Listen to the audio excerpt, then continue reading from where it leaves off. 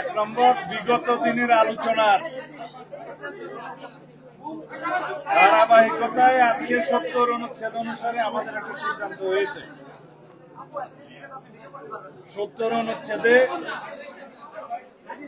সবাই দুইটা বিষয়ে একমত হয়েছে। সেই দুইটা বিষয় হলো আস্থা ভোট এবং অর্থ বিল। এই দুইটা বিষয় বাদে 70 অনুচ্ছেদে সংসদ সদস্যরা স্বাধীনভাবে ভোট প্রদান করতে পারবেন দলের বিপক্ষেও। কিন্তু আমাদের আরেকটা অবস্থান আছে, আরো কয়েকটি রাজনৈতিক দল তার সাথে সংবিধান সংশোধনী বিলের বিষয়টি যুক্ত করেছেন, আমরাও করেছি। আমাদের দলের অবস্থান হচ্ছে তার সাথে আমরা লিখিত প্রস্তাবে যেটা আগে দিয়েছিলাম, জাতীয় নিরাপত্তার বিষয় উইদিন ব্র্যাকেট যুদ্ধ পরিস্থিতির মতো কোনো বিষয় থাকলে সেই ক্ষেত্রেও সংসদ সদস্যগণ স্বাধীন থাকবেন না।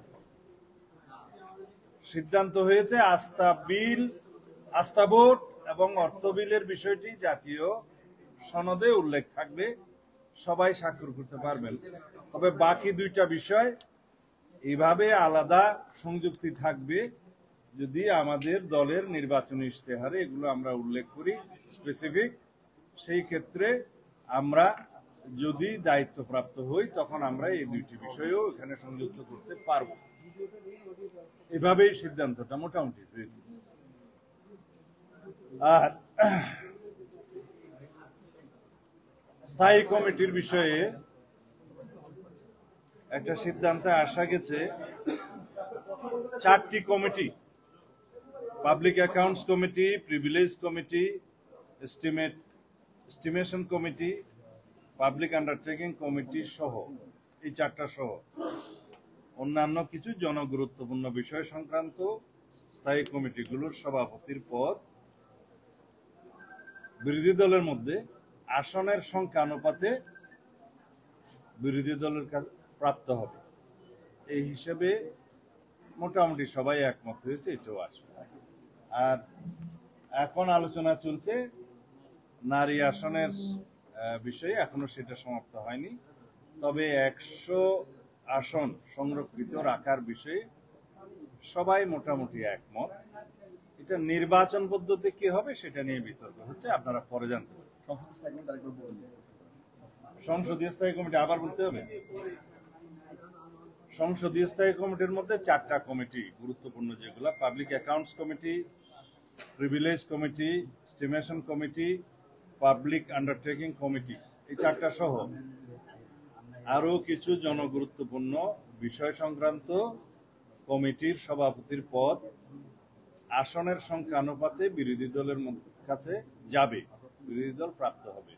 সেটা বিরোধী দলের সদস্য সংখ্যা কত হলো বা সম্মিলিতভাবে ট্রেজারি বেঞ্চের বাইরে কতজন থাকলো, তাদের মধ্যে কয়টা সভাপতির পদ কারা পাবে, সেটা পরে নির্ধারিত হবে। তবে নীতিগতভাবে এটা যে সংখ্যানুপাতিক হারে সেটা বিরোধী দলের কাছে যাবে। ওইখানে আমরা এখনো আসিনি।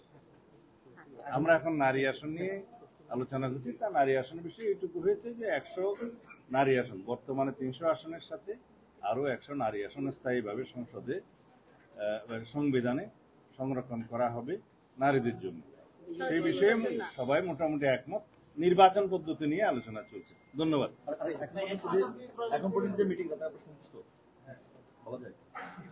সন্তুষ্ট হব কি হব না সেটা আলোচনার পরে হবে।